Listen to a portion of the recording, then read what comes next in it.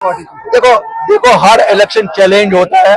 अल्लाह के फजल से और लोगों की मदद से हमें लगता है कि एक वेव जो बन रही है, ये वेव तब तक एक तूफान की शक्ल इख्तियार करेगी जब तक वोटिंग का दिन आएगा। अल्ताफ साहब, मुझे बताइए, आपने कहा था कि अगर वहीद परा साहब का जो कुक है वो बंद है तो वहीद परा जो इलेक्शन कैसे लड़ रहे हैं, तो क्या आप प्रोब की डिमांड कर रहे हैं? देखिए, मुझे प्रोब से कुछ नहीं है, मैं सियासी तौर लड़ता हूं और सियासी तौर लड़ूंगा, लेकिन मैंने सच्चाई कही क्योंकि वो बच्चा बेचारा जो बंद है, मुझे उस बच्चे की खातिर मैंने कहा मुझे फरा साहब के जेल जाने से कोई मतलब नहीं है और न मैं चाहूंगा किसी को जेल ले जाए, क्यों वो भी तो नौजवान यहीं का है।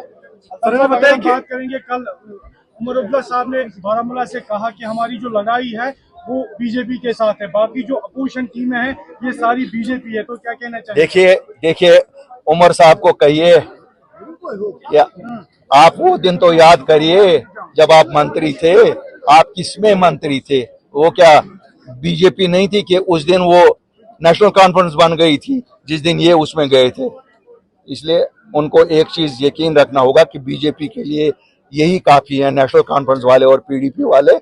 हम जम्मू कश्मीर की नुमाइंदगी करते हैं और अपनी पार्टी की नुमाइंदगी करते हैं, हम अपनी पार्टी वाले। आज प्रेस फ्रीडम का डे है, तो अपनी पार्टी क्या कुछ करेगा? अल्लाह करे आपको ये जो जिनका आज अभी तक आप पर राज रहा है, इन्होंने तो आपको फ्रीडम कभी दी नहीं, प्रेस का तो नाम ही नहीं है। तो इंशाल्लाह you will see press will be as free as it should be, as transparent as it should be, और मुझे उम्मीद है as responsible press will behave as it is expected. Altaf साहब, आज इतनी बड़ी तादाद में लोगों ने आपके ऊपर भरोसा जताया, क्या तवक्काएं रखे कश्मीर की आवाम, खास तौर पर सेंट्रल कश्मीर की आवाम अशरफ मीर के ऊपर? एक चीज मैं बताऊंगा, पहला वादा आपके जरिए, हम शर्मिंदा कभी नहीं करेंगे।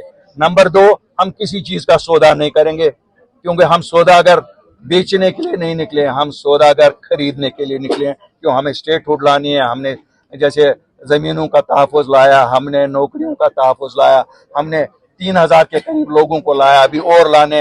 हमें इतने इनगिनत मसले हैं, बच्चों के कल एम्प्लॉयमेंट के, इन लोगों के डेवलपमेंट के, एजुकेशन, हेल्थ, हर एक चीज के। और जो ये कहता है ना कि ये इलेक्शन डेवलपमेंट के लिए नहीं है, उनको चाहिए रिटायर अपने आप को सियासत से करना। उन्होंने 70 साल यही बोला।